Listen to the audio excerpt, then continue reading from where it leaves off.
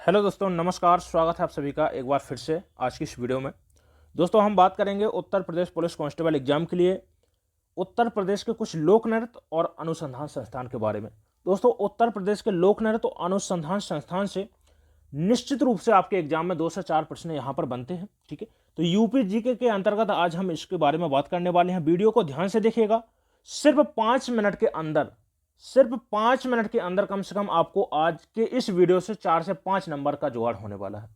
तो वीडियो को ध्यान से देखना है। और साथ ही साथ ये भी बताऊंगा कि कौन कौन से अनुसंधान संस्थान, देखिए बहुत सारे हैं, लेकिन कौन कौन से अनुसंधान संस्थान आपके एग्जाम के लिए महत्वपूर्ण है। और यदि अभी तक आपने चैनल को सब्सक्राइब नहीं किया है तो चैनल को सब्सक्राइब जरूर कर लें। और साथ में जो भी बच्चे यूपी पुलिस कांस्टेबल एग्जाम के लिए तैयारी कर रहे हैं या यूपी आरओ एग्जाम के लिए तैयारी कर रहे हैं तो उन तक इस वीडियो को आप शेयर जरूर कर दीजिएगा। चलिए बढ़ते हैं। आपने देखिए कौन से लोक नृत्य हैं आपको समझना है यहाँ पर। और एक काम जरूर करिएगा कि जो भी यहाँ पर महत्वपूर्ण फैक्ट बता रहा हूं आपको, आप उनको या तो नोट कर लें, नहीं तो सबसे अच्छा तरीका है कि आप स्क्रीनशॉट जरूर कर लीजिएगा। और जब भी आपका एग्जाम हो एक नजर इन पर डालकर जाइएगा। और गारंटी के साथ बोलता हूं कि एक प्रश्न बाहर नहीं होगा। चलिए देखते हैं यहां पर। चलिए, तो उत्तर प्रदेश का देखिए शास्त्रीय नृत्य की बात की गई है, तो भैया उत्तर प्रदेश का शास्त्रीय नृत्य कौन सा है? कथक है। और याद रखना है, बहुत इंपॉर्टेंट यहां से प्रश्न पूछा जाता है कि बिरजू महाराज का संबंध किस नृत्य से है, किस शास्त्रीय नृत्य से है। तो याद रखिएगा किस शास्त्रीय नृत्य से है, तो कथक नृत्य से है। इसके अलावा देखिए अच्छन महाराज और शंभू महाराज, यह भी आपको याद रखना है। ठीक है, हाल ही में देखिए बिरजू महाराज की क्या है, मृत्यु हो गई है, तो इसका हुए आपको याद रखना है कि इनका निधन के बारे में भी प्रश्न पूछा जा सकता है। ठीक है, हाल ही में कुछ समय पहले हुआ है, तो करंट अफेयर्स से भी यहां से प्रश्न बन सकता है, इसको भी आपको याद रखना है। चलिए, इसके बाद दूसरा जो महत्वपूर्ण पॉइंट है यहां पर देखिए, कह रहा है कि उत्तर प्रदेश का सबसे प्रचलित लोक नृत्य, नर्तक नहीं लोक नृत्य कौन सा है भैया? तो नौटंकी। आपके सामने 4 ऑप्शन होंगे और अन्य राज्य से, भारत के अन्य राज्यों के नाम दिए गए होंगे 3 विकल्प में, और एक आपके सामने होगा उत्तर प्रदेश। तो आपको याद रखना है नौटंकी बहुत ही प्रचलित लोक नृत्य है उत्तर प्रदेश का। वो ये प्रश्न कम से कम नहीं है तो याद रखिएगा 100 बार यहां से प्रश्न बन चुका है, आपको इतना याद रखना है। कर्म नृत्य, कर्म नृत्य के बारे में बात करते हैं तो पूछा जाता है कि कर्म नृत्य किस जनजाति के द्वारा नृत्य किया जाता है? तो यह भी आपको याद रखना है, खैरवाड़ जनजाति के द्वारा किया जाता है। प्रश्न पूछा जाता है कि खैरवाड़ जनजाति कहां पाई जाती है उत्तर प्रदेश में? तो यह भी आपको याद रखना है कहां पर भैया देखने को मिलती है? सोनभद्र जिले में मिलती है। पूछता है कि सबसे ज्यादा उत्तर प्रदेश में जनजाति किस जिले में पाई जाती है? तो यह भी आपको याद रखना है कि सबसे ज्यादा जनजातीय वाला जिला कौन सा है? सोनभद्र है। चलिए, इसके बाद बढ़ते हैं। देखिए कुछ आपके सामने लोक नृत्य है और क्षेत्र की बात की गई है। देखिए ज्यादा आपको नहीं बताऊंगा, बहुत से कम सिर्फ आपको आंसर लगाना है। इतने ज्यादा सीखने की आवश्यकता नहीं है कि आपको भैया एग्जाम में हो जाए फिर भी आपके दिमाग में कोई जरूरत नहीं है। सिर्फ इतना याद रखिएगा कि कौन कौन से आपके एग्जाम के लिए महत्वपूर्ण है, सिर्फ इतना ही बताऊंगा, ज्यादा आपको याद नहीं रखना है। तो देखिए कौन कौन से लोक नृत्य हैं जो बुंदेलखंड से संबंधित हैं। तो देखिए एक साइड दिया गया है लोक नृत्य और दूसरे साइड है क्षेत्र। तो याद रखिएगा बुंदेलखंड से आपको जो याद रखने हैं सबसे ज्यादा इंपॉर्टेंट है, एक तो याद रखना है राई नृत्य, दूसरा याद रखना है पाईडंडा नृत्य और तीसरा याद रखना है भैया कार्तिक नृत्य। इतने आपको बुंदेलखंड से याद रखना है, बाकी आप स्क्रीनशॉट कर लीजिएगा। जो बच्चे पूरे याद रखने चाहते हैं वो भी पूरा याद रख सकते हैं, लेकिन जो मैंने आपको इंपॉर्टेंट बताए हैं बुंदेलखंड से याद रखिएगा। ठीक है, राई नृत्य बहुत ज्यादा पूछा जाता है भैया पाईडंडा नृत्य। पाईडंडा नृत्य से जो प्रश्न बनता है, पूछा जाता है कि कौन सा बुंदेलखंड का, या पूछा जाता है कि उत्तर प्रदेश का ऐसा कौन सा लोक नृत्य है जो गुजरात के गरबा से समानता रखता है। तो याद रखिएगा कौन सा है भैया? पाईडंडा नृत्य है। याद रखिएगा कहां का है? बुंदेलखंड का है। इसके अलावा देखिए सैरा नृत्य भी बुंदेलखंड का है, धुरिया हो गया, देवी नृत्य भी, ये भी इंपॉर्टेंट है, इसको भी आपको नोट कर लेना है।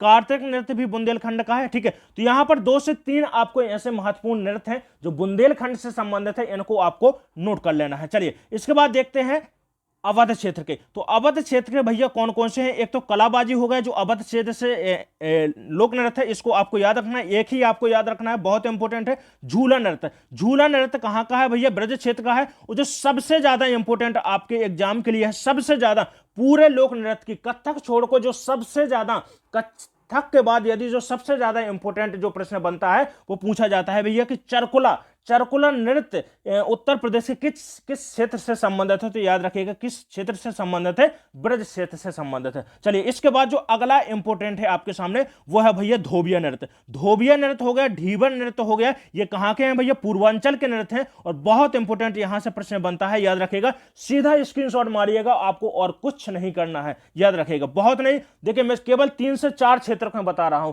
याद रखिएगा। बहुत सारे देखिए सोनभद्र के हैं, बहुत सारे अनेक अनेक प्रकार के लोक नृत्य हैं, लेकिन आपको याद नहीं रखना है इतने जितने मैं आपको बता रहा हूं। आपके सामने स्क्रीन पर है, एक स्क्रीनशॉट मारिएगा। यदि इसके अलावा एक भी प्रश्न एग्जाम में आपका बाहर जाता है तो आज के बाद आपकी मेरा वीडियो देखना छोड़ दीजिएगा, ठीक है। चलिए इसकी भी मैं आपको गारंटी देता हूं।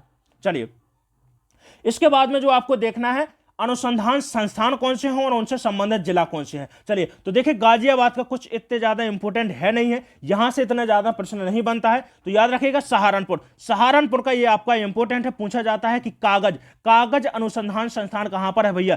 कागज अनुसंधान संस्थान कहां पर है भैया? तो आप कहेंगे कहां पर है भैया? सहारनपुर में है। इसको भी आपको याद रखना है। प्रदेश से देखिए सहारनपुर में उत्तर प्रदेश में सहारनपुर से जो प्रश्न बनता है, पूछा जाता है कि भैया यमुना नदी उत्तर प्रदेश में किस जिले से होकर प्रवेश करती है? तो यह भी आपको याद रखना है, कहां से? सहारनपुर से होकर प्रवेश करती है। लखनऊ से बहुत ज्यादा पूछा जाता है भैया, तो आपके सामने सीधा एक स्क्रीनशॉट मारिएगा, आपके सामने सीधा एक यहां पर पूरा एक इमेज है और इसी के देखिए लखनऊ के कुल यहां पर 7 अनुसंधान संस्थान है, जिसमें से देखिए महत्वपूर्ण भी बताऊंगा कि कौन कौन से आपको याद रखना है जो आपके लिए एग्जाम के लिए महत्वपूर्ण है। 7 भी याद नहीं रखने, जबकि देखिए जो लखनऊ से है कम से कम 10-12 अनुसंधान संस्थान है, लेकिन याद रखिएगा कि मैं सिर्फ आपको 4 से 5 यहां पर बता रहा हूं। 4 से 5 के अंदर ही यदि आपका लखनऊ से पूछा जाता है तो याद रखिएगा इन 4-5 से बाहर नहीं होगा है, ठीक है। चलिए तो देखिए कौन कौन से याद रखना है। पूछा जाता है भैया कि केंद्रीय औषधि अनुसंधान कहां पर है भैया? आप कहेंगे लखनऊ में। गन्ना अनुसंधान संस्थान याद रखना है, विश्व अनुसंधान संस्थान याद रखना है, और इसके अलावा जो इंपोर्टेंट है आपके एग्जाम के लिए इंपोर्टेंट है वो है भैया बीरबल साहनी अनुसंधान संस्थान कहां पर है? वो कहां पर है भैया? लखनऊ में है, याद रखिएगा इसको। इसके अलावा देखिए आप स्क्रीनशॉट कर लीजिएगा, एक बार पढ़ जरूर लीजिएगा सबको, लेकिन देखिए कोशिश यही करना है कि एग्जाम में आपका प्रश्न छूटे ना, ठीक है।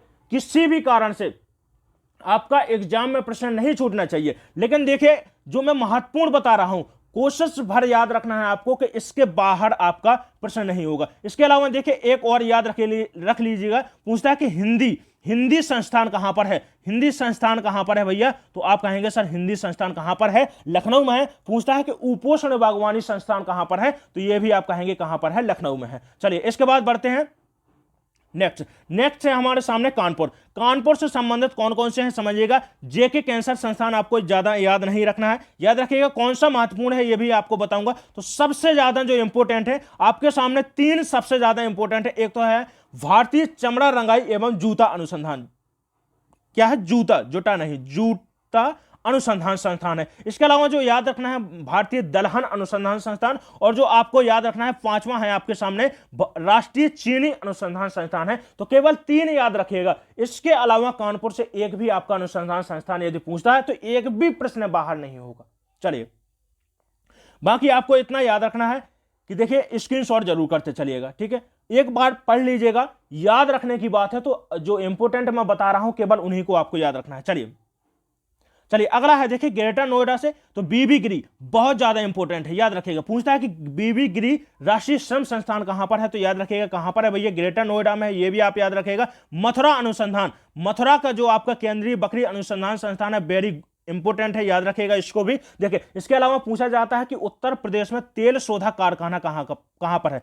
तेल शोधक कारखाना कहां पर है? तो याद रखिएगा कहां पर है? मथुरा में है। बुलंदशहर की बात करते हैं तो केंद्रीय कांच एवं श्रमिक, ठीक है, श्रमिक अनुसंधान संस्थान कहां पर है भैया? बुलंदशहर में है, ये भी इंपॉर्टेंट है। चलिए ग्रेटर नोएडा हमने देख लिया है। इसके अलावा देखिए ग्रेटर नोएडा से कह रहा है कि सांख्यिकी प्रशासन अकादमी भी कहां पर है? याद नहीं रखना है आपको। चलिए मेरठ की बात करते हैं तो केंद्रीय आलू अनुसंधान संस्थान कहां पर है भैया? मेरठ में। बरेली की बात करते हैं तो वेरी इंपॉर्टेंट बरेली भैया, वेरी इंपोर्टेंट, याद रखिएगा इसको, दोनों इंपोर्टेंट है। पूछा जाता है कि केंद्रीय पक्षी अनुसंधान संस्थान कहां पर है। कभी कभी आपको इज्जत नगर आपको लिख कर देगा, बरेली नाम नहीं दिया जाएगा, यह भी आपको याद रखना है, ठीक है। इज्जत नगर यदि नाम देता है तो याद रखिएगा कहां पर आपको समझना है, बरेली ही है, याद रखिएगा इसको, बहुत इंपॉर्टेंट है। दूसरा जो आपके सामने इंपॉर्टेंट है, पूछा जाएगा कि भारतीय पशु चिकित्सा, ठीक है, लेकिन पूछता है कि चिकित्सा अनुसंधान संस्थान कहां पर है, तो याद रखिएगा चिकित्सा की बात करते हैं तो चिकित्सा है लखनऊ में है। लेकिन आपको कंफ्यूज नहीं होना है